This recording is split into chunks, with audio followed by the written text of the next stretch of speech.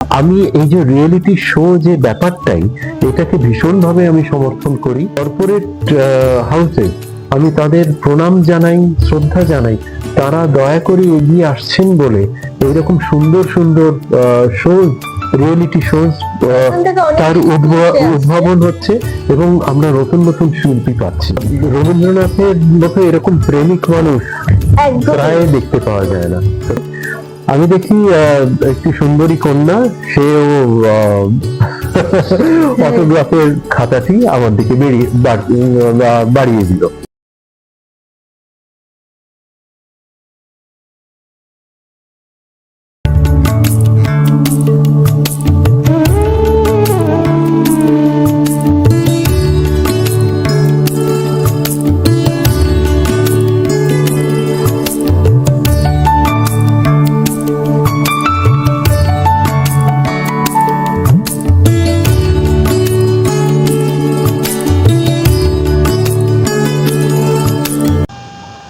নমস্কার দর্শক বন্ধুরা, আমাদের চ্যানেলে আপনাদের স্বাগত।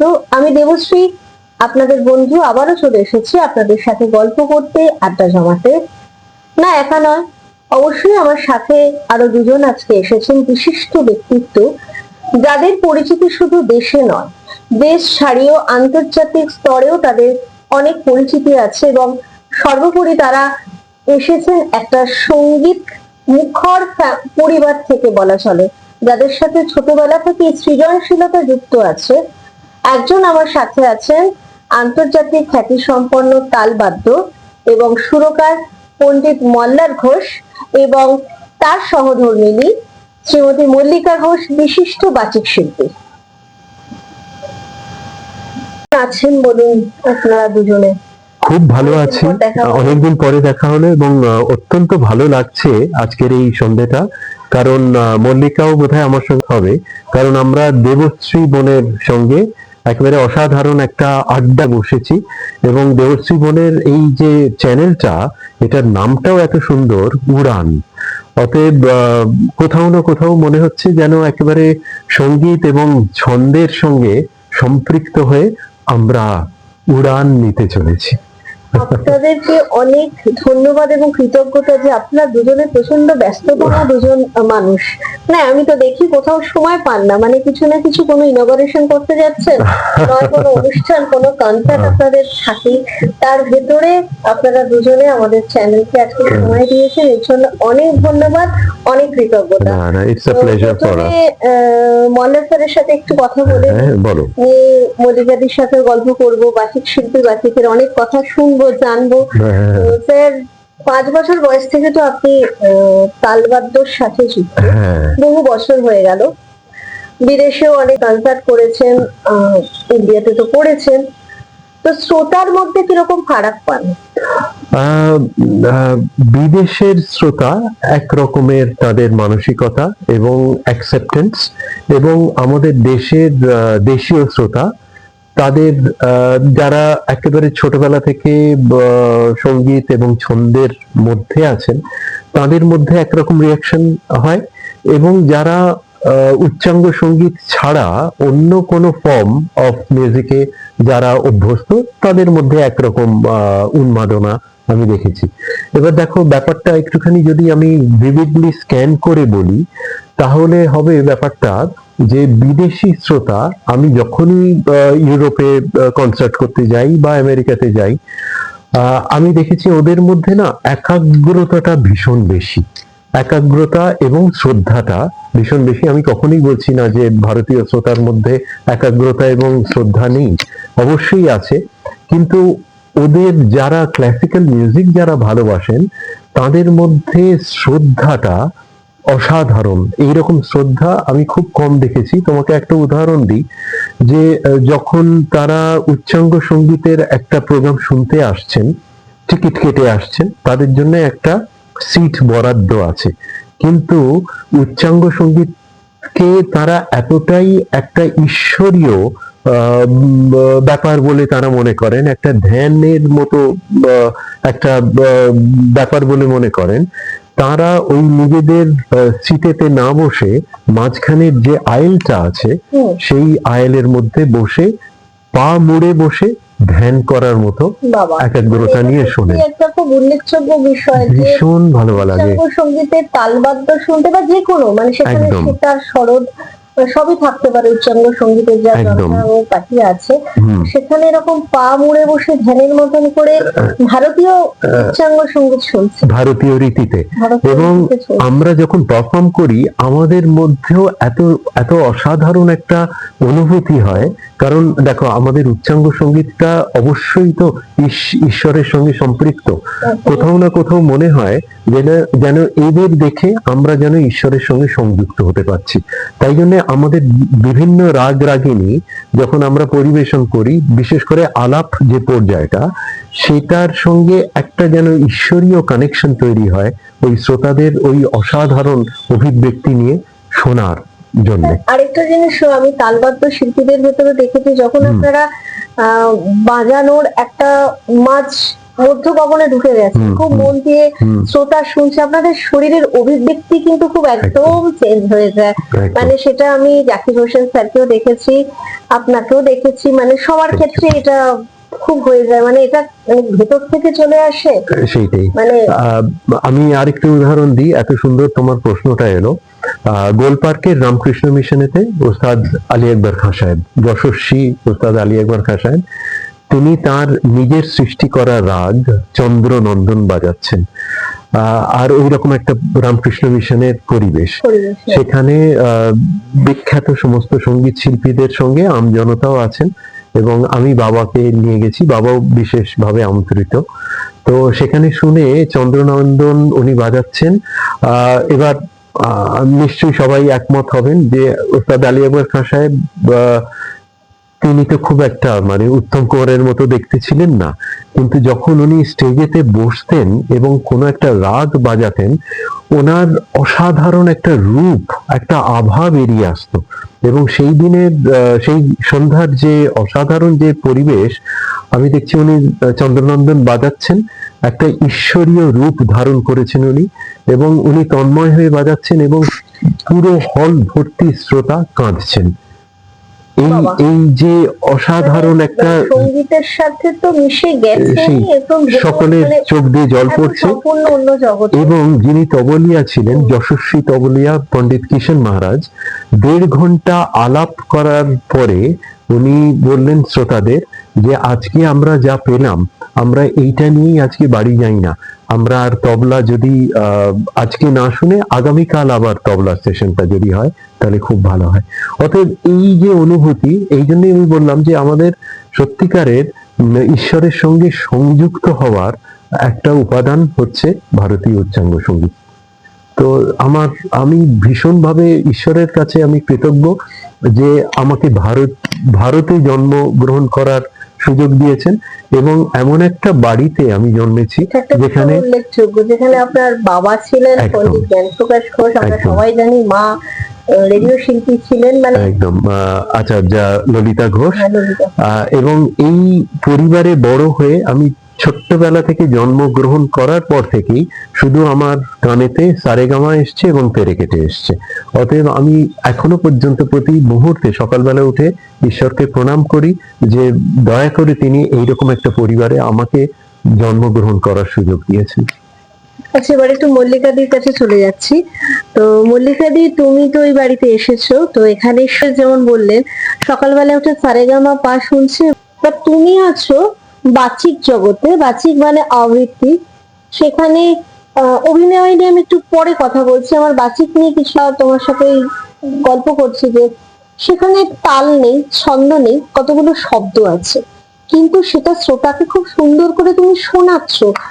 তোমার কি বক্তব্য এই বাচিকের যখন কিন্তু বাজছে কোনো ছন্দ তাল ছাড়া, তুমি কি বলবে বলো? তুমি অনেক শ্রীমন্দা এত সুন্দর একটা অনুষ্ঠানের জন্য, আর আমি ক্ষমা চেয়ে নিচ্ছি যে এসে আমার ভীষণই আনন্দ হচ্ছে, কিন্তু আমার গলাটি একদম শয়ান হয়ে আছে, মানে একদমই উঠছে না, গলা ভীষণ ধরে আছে। আর যেটা তুমি জিজ্ঞেস করলে যে আবৃত্তির কথা, আবৃত্তি কিন্তু ছন্দ ছাড়া নয়, আমাদের এই সব একটা যে সে আমাদের হার্ট বিটি বলো, সব এমনকি সমুদ্রের ঢেউ। আচ্ছা, তারপরে তাহলে পুরো পৃথিবীটা একটা ছাড়া হয়ে যেত। ও সেইটা একটা। আর একটা হচ্ছে যে আমার যেটা মনে হয় যে কবি বলেছিলেন না যে যত তাকে রূপের দিকে দেয়, বন্ধন আবির দিকে দেয় মুক্তি, সেই বাতাত আর সুরের বেগ কথাকে অন্তরে দেয় মুক্তি। তো নিয়ে নিয়ে আমাদের পথ। আর হ্যাঁ, যে গানের সঙ্গে সুর সম্পৃক্ত থাকে, একটা স্বরলিপি থাকছে, একদম একদম তবলাতে থাকছে, আওয়াজে সেরকম কোনো স্বরলিপি নেই, কিন্তু আমাদের যে শব্দগুলো আছে সেটাই আমরা মানে তুমি সেটাই তাদের শোনা। একদম। দেখো, আমার তো মনে হয় যে কবি বলেছিলেন না যে ভাবকে নিজের করিয়া শক্তের করা, ইহাই সাহিত্য, ইহাই ললিত কলা। আর যে কোনো আর্টস বা ললিত কলা বা সুকুমার শিল্প, তার তো প্রধান যেটা অবলম্বন সেটা মনে হয় অনুভূতি। কিন্তু আমাদের অনুভূতি যারও সেটা না হয়, তাহলে কোনো কিছু বেরোয় না। মানে গান, না নাচ, না আবৃত্তি, কোনোটাই কিন্তু হবে না। সুতরাং আমাদের অনুভূতিটাকে আগে জাগিয়ে তুলতে হবে এবং সেটা যত ভালোভাবে প্রকাশ করা এবং অন্যের সঙ্গে কানেক্ট করা, সেটা যত ভালো করে হবে সেটা তত সাকসেসফুল হবে। আমি এতক্ষণ মল্লিকাদির কাছে ছিলাম, তার কাছে যে প্রশ্ন নিয়ে গেছিলাম উনি উত্তর দিচ্ছিলেন, কিন্তু আমি বলে রাখছি যে মল্লিকাদি আজকে আমাদের সময় দিয়েছেন, আমাদের আমন্ত্রণে এসেছেন, কিন্তু মল্লিকাদির গলা কোনো কারণে একদমই বসে গেছে। উনি বাচিক শিল্প ভালো করে আজকের দিনে কথা বলতে পারছেন না, ঠান্ডা লেগেছে, ওয়েদারের জন্য এটা হয়েছে। তো আপনাদের সবার কাছে এটা জানাচ্ছি, আমাদের কোনো সাউন্ডের সমস্যা নয়। দিদি যতটা পারছেন, যতটা পেরেছেন, খুব সুন্দর করে বুঝিয়ে বলেছেন এবং এই শারীরিক অসুস্থতা নিয়েও আমাদের আজকে সময় দিয়েছে। তো আবার আমি মল্লা স্যারের কাছে চলে যাচ্ছি। তো স্যার, এই তালবাদ্যর আজকের দিনে স্থায়িত্ব কিন্তু অনেকটা কমে যাচ্ছে, আপনার কি মনে হয়? আমি খুব একটা সহমত নয় এর সঙ্গে। কারণ দেখো, আমাদের যে সঙ্গীত আমরা বলি এভার ইভলভিং, এবং এই যে এভলিউশন হচ্ছে যুগে যুগে, এর তো পরিবর্তন হচ্ছে, কারণ যে কোনো জিনিস পৃথিবীতে পরিবর্তনশীল। এবং আমার মনে হয় যে আমার পিতা এবং তার আগের জেনারেশন যেভাবে তবলা বাজতো, এখন কিন্তু সেইভাবে তবলা বাজে না। কেন বাজে না? কারণ শ্রোতার কান, মন, প্রাণ সব পাল্টে গেছে। কারণ আজ থেকে ধরো 100 বছর আগে যে সঙ্গীত আমরা পেয়েছি, এখনো রেকর্ডিং শুনলে আমরা দেখি, তার সঙ্গে না আকাশ পাতাল তফাৎ হয়ে গেছে। এখনকার উচ্চাঙ্গ সঙ্গীতই অনেকটা তফাৎ হয়ে গেছে। এবং তাতে কি হয়েছে, এই পৃথিবীর নানা রকম ডেভেলপমেন্টের সঙ্গে সঙ্গে সঙ্গীতেরও ডেভেলপমেন্ট হয়েছে, শ্রোতার কান, মন, প্রাণ পাল্টেছে। এবং এখন যেটা হয়েছে, অনেক ইলেকট্রনিক গ্যাজেটস ঢুকে পড়েছে। তাতে কি হয়েছে, এখনকার যে নতুন জেনারেশন, আমাদের যে পরবর্তী জেনারেশন, তারাও কিন্তু অভ্যস্ত হয়ে যাচ্ছে একটা নতুন রকম সঙ্গীতের উপাদান শুনতে শুনতে। এবং সেখানে যেটা হচ্ছে, আমাদেরও প্রতিদিন না এই আমাদের যে সৃষ্টি সেটাকেও পাল্টাতে হচ্ছে, কারণ না হলে তো আমরা সার্ভাইভ করতে পারবো না। তো শ্রোতার ভালো লাগার উপাদানটা দেখে, গ্রহণযোগ্যতাটা দেখে আমরাও পাল্টে ফেলছি।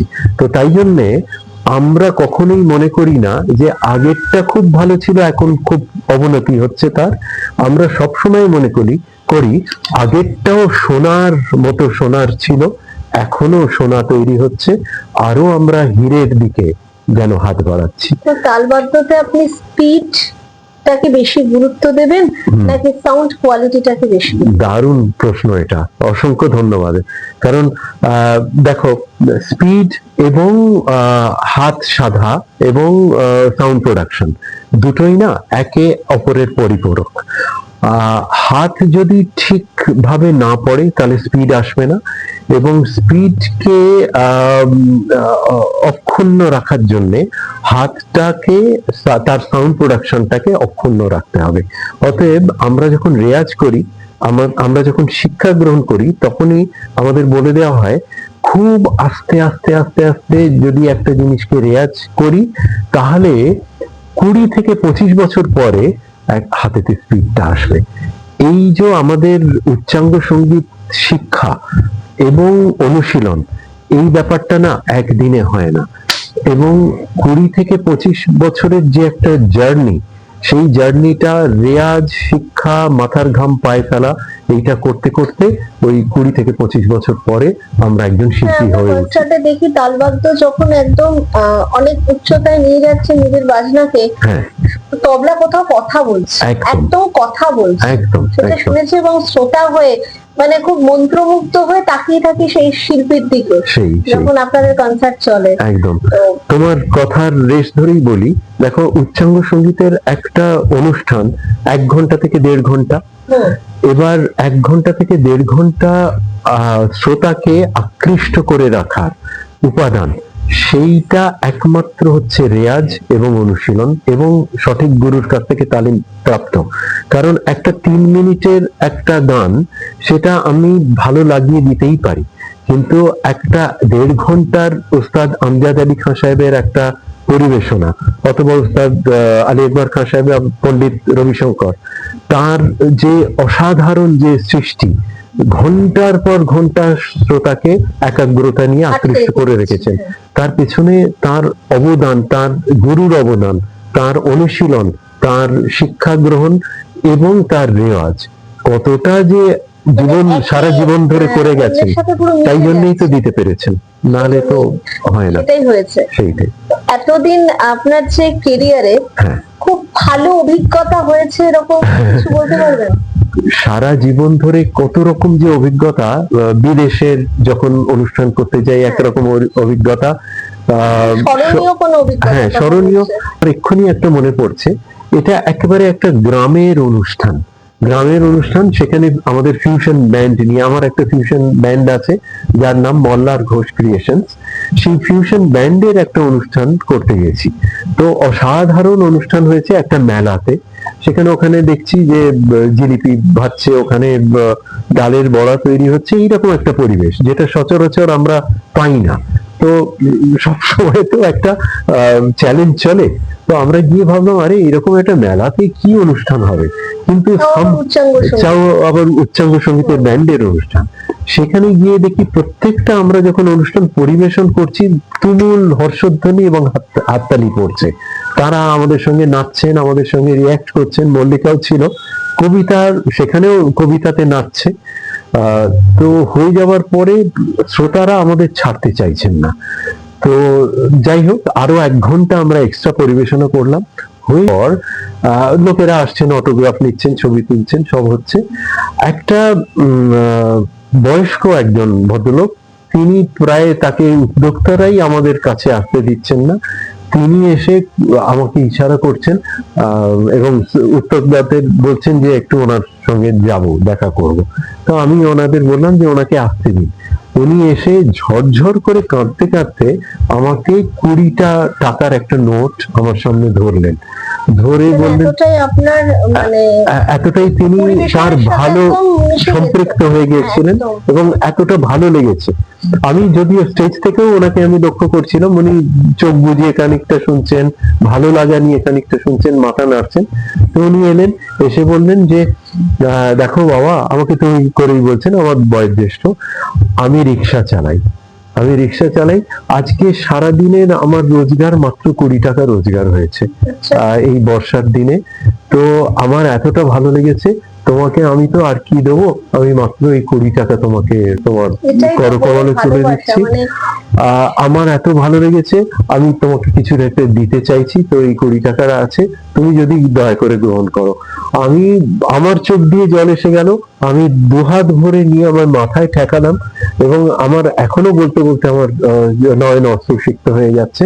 এইটা বোধহয় এখনো পর্যন্ত জীবনে অনেক কিছু পেয়েছি, আমি কোনো গর্ব বা ইগো করে বলছি না, কিন্তু এখনো পর্যন্ত রেখাপাত করে রয়েছে ওই রিক্সা চালক দাদার ওই 20 টাকা।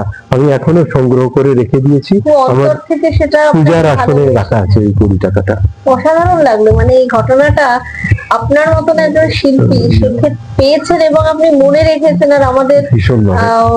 দর্শকদের সামনে এসে এই কথা শোনালেন, মানে ভীষণই ভালো লাগছে। আপনার আজকের যুগে রিয়েলিটি শোটা খুব হচ্ছে, একদম। হ্যাঁ, গানের হচ্ছে, নাচের হচ্ছে। হ্যাঁ, তা কখনো মনে হয় তবলার কোনো রিয়েলিটি শো হলে নতুন শিল্পী উঠে আসতে পারে? প্রসঙ্গটা তুমি তুললে, তোমাকে ধন্যবাদ জানাই। অনেকদিন ধরে যেন আমি মনে করেছি যে তবলার কেন, ছন্দের বা তালবাদ্যের কেন রিয়েলিটি শো হয় না। হয়তো আজকের এই অনুষ্ঠানটা শুনেই হয়তো কোনো কর্পোরেট হাউস বা উদ্যোক্তা হয়তো উঠে পড়ে লাগবেন, এবং সেখানে যদি আমাকে অফার দেওয়া যায় এর সঙ্গে সম্পৃক্ত হতে, আমি এক পা তুলে রেডি আছি। আমি এই যে রিয়েলিটি শো যে ব্যাপারটাই, এটাকে ভীষণভাবে আমি সমর্থন করি। কারণ কত শিল্পী, নতুন নতুন শিল্পী গ্রামগঞ্জ থেকে, ভীষণ ভীষণ ট্যালেন্টেড শিল্পী, তারা তো উঠে আসছেন। আমি কোনো নাম না করেই বলছি যে শিল্পী অন্বেষণ করার দায়িত্ব কিন্তু শ্রোতার যেমন আছে, তেমনি অন্বেষণ করার দায়িত্ব উদ্যোক্তাদেরও আছে। এবং কর্পোরেট হাউসেস, আমি তাদের প্রণাম জানাই, শ্রদ্ধা জানাই, তারা দয়া করে এগিয়ে আসছেন বলে এইরকম সুন্দর সুন্দর শোজ, রিয়েলিটি শোজ তার উদ্ভাবন হচ্ছে, এবং আমরা নতুন নতুন শিল্পী পাচ্ছি। অতএব আমি ভীষণভাবে এই যারা উদ্যোগী তাদের আমি প্রণাম জানাই এবং শ্রদ্ধা জানাই। এবং তোমাকে অসংখ্য ধন্যবাদ। তালবাদ্য রিয়েলিটি শো যদি উদ্ভাবন হয়, উঠে আসে, আমি ভীষণ ভীষণ আনন্দ পাবো। একই প্রসঙ্গ আমি মল্লিকা দিকেও করব, কারণ আমরা নাচ গানের রিয়েলিটি শো দেখেছি, তো তালবাদ্য নিয়ে তো স্যার বললেন। তো তোমার কি মনে হয় আবৃত্তির রিয়েলিটি শো এবার তো শুরু হওয়া উচিত? কারণ আবৃত্তির কিন্তু অনেক জনপ্রিয়তা বেড়েছে, আগের থেকে অনেক বেড়েছে। বহু জনকে আমি দেখি গান নাচ শেখার সাথে সাথে আবৃত্তি করছে, এবং আরো একটা বড় জিনিস তুমি হয়তো দেখে থাকবে, আবৃত্তির সাথে নাচ হচ্ছে, একটা কোরিওগ্রাফি তৈরি হচ্ছে। তো সেরকম রিয়েলিটি শো আসলে তোমার কেমন লাগবে? নতুন জিনিস সেটা সবসময় আমাদের গ্রহণ করা উচিত, অর্থাৎ বিচার বিবেচনা সাপেক্ষ। আর রিয়েলিটি শোর কথা যেটা বলছো, আবৃত্তি, অবশ্যই এটা উচিত। কারণ আমরা সকলেই চাই যে আমাদের সংস্কৃতির প্রচার প্রসার, তো সেইটা যত বেশি হয়, আমাদের ছোটবেলায় যেটা ছিল যে আমরা প্রত্যেক শনিবার আবৃত্তির কম্পিটিশন হচ্ছে, পাড়ায় ছোটখাটো আবৃত্তি নিয়ে অনুষ্ঠান হচ্ছে, বিভিন্ন জায়গায় হচ্ছে, কিন্তু সত্যি কথা বলতে কি শিল্পী জাতে ওঠেনি। পশ্চিমেও কিছু লোকের কাছে আবৃত্তিটা গ্রহণীয় ছিল, কিন্তু এখন আবৃত্তির জনপ্রিয়তা অনেক বেড়েছে, অনেকেই সিরিয়াসলি শিখছে, চর্চা করছেন। তো এবং অনেক আবৃত্তি, এবং তো তার মানে অনুশীলন হবে, তার অধ্যবসায় হবে এবং শিক্ষা গ্রহণ হবে। তাহলে আমার মনে হয় যে সেটা যে কোনো শিল্পই এগোতে। আর কোথায় আছে না যে আবৃত্তি সর্বশাস্ত্রানাং বোধাদপি গরীয়সী, সুতরাং আবৃত্তিকে শিখতে আমরা যদি নিজেরা উন্নীত করতে পারি, সেটা তো অবশ্যই ভালো। এবং রিয়েলিটি শোর মাধ্যমে যদি কোনো সত্যি ভালো শিল্পী উঠে আসেন, সেটা আমাদের সকলের পক্ষেই মঙ্গল। তোমাকে আরেকটা প্রশ্ন করে নিচ্ছি, আমি বুঝতে পারছি তুমি সময় দিয়েছো এর জন্য সত্যিই খুব কৃতজ্ঞ। প্রশ্ন আর করবো, তারপরে একটু গল্পতেই চলে যাব। সেটা হচ্ছে অনেক সংগঠন তৈরি হয়েছে বাচিকের, তো সে সম্পর্কে তুমি কি বলবে? এখানে কি শিল্পী সত্যি তৈরি হচ্ছে, না সংগঠনটা শুধু সংগঠনের মতনই চলে যাচ্ছে? এটাতে তুমি কি বলবে? দেখো, সবকিছুরই একটা ভালো দিক মন্দ দিক আছে। সব আবৃত্তি নিয়ে চর্চা হচ্ছে, আবৃত্তিকে চেষ্টা করা হচ্ছে। আর কিছু কিছু সংগঠন আমি জানি না আমার এটা বলা উচিত কিনা, যে ইচ্ছা করতে হয় সবাই মিলে একটু দাঁড়িয়ে পড়ে একটা, আর আবৃত্তিটা এখন অনেকের কাছে খুব সহজ ব্যাপার আর কি, দেখে দেখে একটু পড়ে দিলাম হয়ে গেল। কিন্তু সেটা নয়, নিজেকে আগে সেটাকে মনের মধ্যে বুঝতে হবে এবং সেটাকে সঠিকভাবে প্রকাশ করতে হবে। আর সড়কে জন্য যতবার পড়বে, যত তার মধ্যে তার গভীরে ঢুকবে, তত সেটা নিয়ে আরো এগোতে পারবে। এবং সবকিছু শেখার ক্ষেত্রে একটা গুরুর ভূমিকা থাকে। সুতরাং যদি সঠিক গুরু পায় প্রতিষ্ঠানে, শিক্ষা প্রতিষ্ঠানে, আমার মনে হয় সেটা খুবই ভালো। কিন্তু ওই শিখতে হয় বলে যেখানে বসে একটা গেলাম, তাতে নিজের একটা আত্মতৃপ্তি হয়তো, কিন্তু বেশি দূর হয়তো এগোনো যাবে না। সঠিক পদ্ধতিতে যদি এগোনো যায় খুবই ভালো। তোমরা দুজনে সৃজনশীলতা জগতে আছো, খুব সত্যি কথা। কিন্তু বাচিকে, তোমার আবৃত্তিকে বা তোমার অভিনয়কে ঘরে থাকাতে হাজবেন্ড হিসেবে মল্লার স্যার কতটা সাপোর্ট করেছে? আমি ভীষণ ভীষণ লাকি যে এরকম একটা হাজবেন্ড আমার সৌভাগ্যবশত আমার সঙ্গে আছেন। এবং আমি ছোটবেলা থেকে আমার মা বাবার কাছ থেকে যে সাপোর্ট, যে আবৃত্তিকে আমার সাহিত্য চর্চা, অভিনয়কে আমার হাজবেন্ড নিজেই সম্পৃক্ত আছে। ও ফুললি সাপোর্ট করে, মানে 100 দিতে রাজি আছে। বাহ, আমি তাহলে ক পেয়েছি না, ক প্লাস পেয়ে গেছি। এটা ঘটনা সবসময় একটা কথা শুনি, একজন সফল পুরুষের পেছনে নারীর ভূমিকা আছে, ঠিক তেমনি একজন সফল নারীর জন্য কিন্তু একজন পুরুষের ভূমিকা আছে। আর তোমরা দুজনেই শ্রীটা জগতের, তুমি তালবাদ্য নিয়ে চলছো আর দিদি চলছে অভিনয় নিয়ে, বাচিক নিয়ে। একটু এদিক ওদিক, মানে তালবাদ্য তো সাধারণত যায় সঙ্গীতের সাথে বা নাচের সাথে, কিন্তু কবিতাতেও এখন আমাদের ছন্দ এসেছে, এখন কবিতা তো আবহ আসছে এবং অনেক পিকচারাইজেশন আসছে, পেছনে কোনো ব্যাকগ্রাউন্ড চেঞ্জ করে সেই কবিতাটাকে একদম জীবন্ত করে তুলছে, অনেকটা এগিয়ে গেছে। তো আরেকটা একটু মজার কথাই বলছি, আড্ডা মারতেই তো বসেছি, তো তোমাদের দুজনের আলাপ কি, তুমি কি এরকম ভেবেই তোমরা দুজনে এসেছো? উনিও সৃজনশীলতার জন্য অনুষ্ঠান, আলাপটা একটু শুনে এরকম গল্প তো কোনদিন শুনিনি। দর্শকরাও হয়তো চমকিত হয়ে যাবেন। না, ওই যে বলেন না, marriages are made in heaven, সেটা বোধহয় আমাদের ক্ষেত্রে ভীষণ ভাবে প্রযোজ্য। কারণ ঈশ্বর ভাবে বোধহয় এইভাবেই, এই জন্যে আমাদের সংযুক্ত হওয়াটা প্ল্যান করে রেখেছিলেন আছেন। এবং একজন হাজবেন্ড হিসাবে আপনি অনেকটাই সাপোর্ট তো দেয়নি। তো আমরা জানি একজন পুরুষের সাকসেসের পেছনে নারী ভূমিকা থাকে, ঠিক তেমনি আমি মনে করি একজন নারীরও সাকসেসের পেছনে একজন পুরুষ মানুষের ভূমিকা থাকে। তো সেখানে আমি দেখতে পাচ্ছি দুজন সৃজনশীলতা জগতের ব্যক্তিত্বকে দুই পাশে নিয়ে বসে আছি, মল্লার ঘোষ আর মল্লিকা ঘোষ। তো তাদের আলাপ পরিচয় মানে শুরুটা কবে হয়েছিল? দারুণ, তাহলে একটা কফিতে চুমুক মারি। একদম একদম চুমুক দিতে দিতে শুনবো কোথায় দুজনের আলাপ। কারণ আমি যে কোনো অনুষ্ঠানে দেখেছি মল্লার ঘোষ আসছে মানে মল্লিকা ঘোষ আসছে, মল্লিকা ঘোষ আসছেন মানে মল্লার ঘোষ। এটা আমার খুব ভালো লাগে। প্রথম দর্শন রবীন্দ্র সদনেতে একেবারে, কারণ আমরা তো রবীন্দ্রনাথকে অনেক ভাবে পেয়েছি। আমার মনে হয় যে আমরা, এটা অত্যুক্তি হবে না, রবীন্দ্রনাথের মতো এরকম প্রেমিক মানুষ প্রায় দেখতে পাওয়া যায় না সত্যিকারের। তো তাই জন্য ওনার আলয়েতেই আমরা প্রেমে পড়লাম।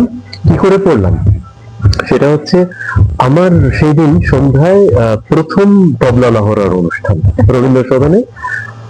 আর এই অনুষ্ঠানটা মল্লিকাদেরই, যেখানে ও গান শিখতো তাদের প্রতিষ্ঠানের অনুষ্ঠান ছিল। সেখানে আমাকে সুযোগ দিয়েছেন তবলা লহরা বাজানোর জন্য।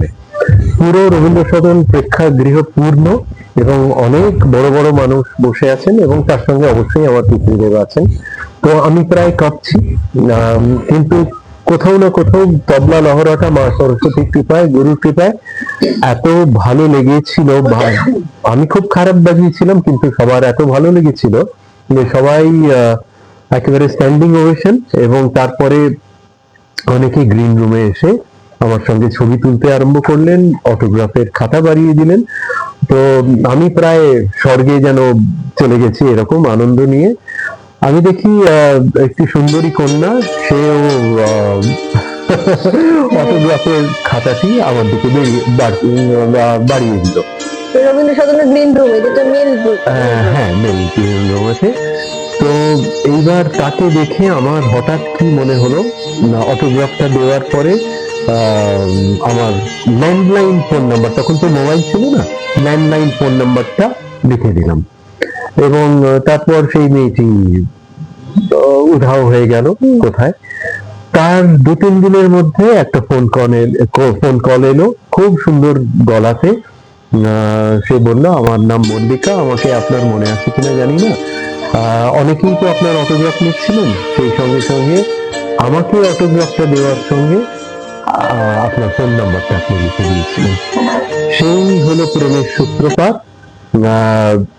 প্রথম দেখা থেকে প্রেম, প্রেম থেকে পরিণয়। রবীন্দ্র সদনে আলাপ। রবীন্দ্রনাথকে আমরা সবাই জানি একজন প্রেমের কবি, এবং তার গানে, উপন্যাসে, সব জায়গায় গল্পে আছে। এবং যাকে পেয়েছেন তার নামও মল্লিকা। আমরা গান জানি, আমার মল্লিকা বলতে, সেখানেও মল্লিকা, মানে সবকিছু বলে না, marriages are made in heaven. তো আমাদের ক্ষেত্রেও বোধহয় তাই। অনেকে আমাদের বিবাহের পর থেকেই বললেন যে দেখো, অনেক এরকম কাপল দেখেছি, কিন্তু এরকম ময়ে ময়েতে এবং লয়ে লয়েতে মিলে যাওয়া মল্লিকা এবং মল্লার এরকম খুব কম দেখেছি। মল্লিকা মল্লার একদমই তাই। হ্যাঁ, তো তাই জন্য marriages are made in heaven, এটা বোধহয় আমাদের ক্ষেত্রে ভীষণ ভাবে প্রযোজ্য। যত ভাবনা ছিল, যত স্বপ্ন ছিল, সব দিলাম তোমায়, আমি দিলাম তোমায়। যত ভাবনা ছিল, যত স্বপ্ন ছিল, সব দিলাম তোমায়, আমি দিলাম তোমায়। তুমি নেবে কি আমায়, ডেকে নেবে কি আমায়? হয়ে দাঁড়িয়েছে। তখন তো এত হাইটেকের ব্যাপার ছিল না, তো সেখানে রবীন্দ্র সদনেই যখন আলাপ, তো রবীন্দ্রিক কোনো চর্চা হতো, গান, কারণ আপনি তো গানের তালবাদ্য শিল্পী, তো গানের সাথে ততপ্রতভাবে যুক্ত। অপরদিকে বাচিক শিল্পী এবং অভিনেত্রী। বাচিক মানে আমরা কবিগুরুকে ছাড়া তো কবিতা হতে পারে না, মানে শেখাটাই কবিতা। তো দুজনের এরকম আদান প্রদান হতো গানে বা কবিতায়। অবশ্যই অবশ্যই। ও প্রেম পর্বে, হ্যাঁ, প্রেম পর্বে তো অবশ্যম্ভাবী ভাবেই কবিতা এবং ছন্দ এসে যেত। এবং তারপরেও আমরা না, ধরো আমাদের অনেক অনুষ্ঠান তুমিও শুনেছো এবং শ্রোতারাও অনেক শুনেছেন, কোথাও না কোথাও তোমার এই প্রশ্ন থেকেই, আগের যে প্রশ্নটা মল্লিকাকেও করলে, তার রেশ ধরেই বলি যে প্রত্যেক কবিতার না একটা ইমেজ আছে, একটা ছন্দ আছে, এবং তার সঙ্গে সঙ্গে আমার যে তালবাদ্যের যে ছন্দটা, সেটা কোথাও না কোথাও আমাদের পরিণয়ের পরে নতুন করে আমরা আবিষ্কার করেছি।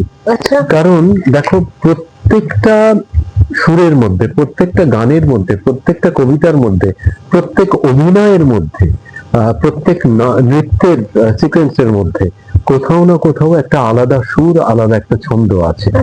শিল্পীর বোধহয় দায়িত্ব এবং শিল্পীর অন্বেষণ করার ক্ষমতা অনুযায়ী তিনি সেই ছন্দটাকে বার করে নেন, এবং সেটাও আমরাও আমাদের পরিণয়ের পর থেকে আমরাও চেষ্টা করেছি। প্রত্যেকটা আমাদের পরিবেশনার পর থেকে আমরা একটা আলাদা সুর এবং আলাদা ছন্দ খুঁজে পেয়েছি, এবং সেটা একবার করে আমরা পাই না।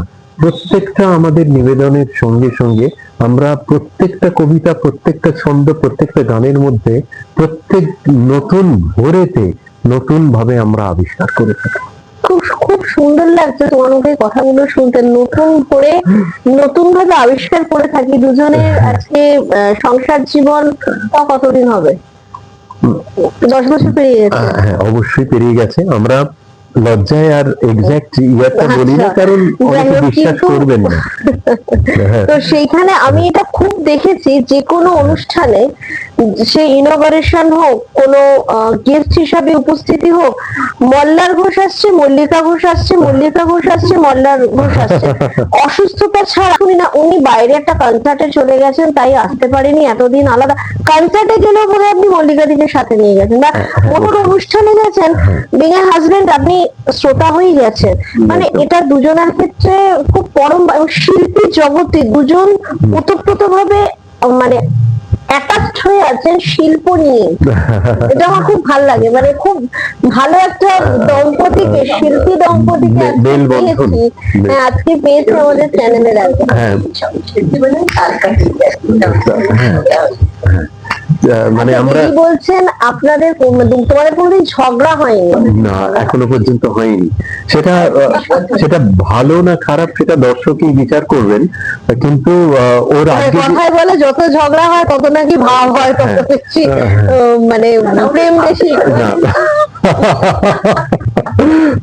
ভাবটা আছে। এবং তোমার মতো এরকম অসাধারণ গুণী একজন বোনকে পেয়ে আমাদেরও এই যে জার্নিটা, সেইটার ব্যাখ্যা করতেও আমরা খুব আনন্দ পাচ্ছি। এই জন্য দর্শক শ্রোতাকেও বলছি, কারণ যে প্রশ্নগুলো দেবশ্রী বোন বলছে, অনেক দিনের আমাদের আকাঙ্ক্ষা ছিল এই প্রশ্নগুলোকে একটু কাছে পাওয়ার, তাহলে আমরা ছুঁতে পারি অনেক কিছু, জীবনের আঙ্গিক আমরা ছুঁতে পারি, সেগুলো কিন্তু আমরা ব্যক্ত করতে পারি।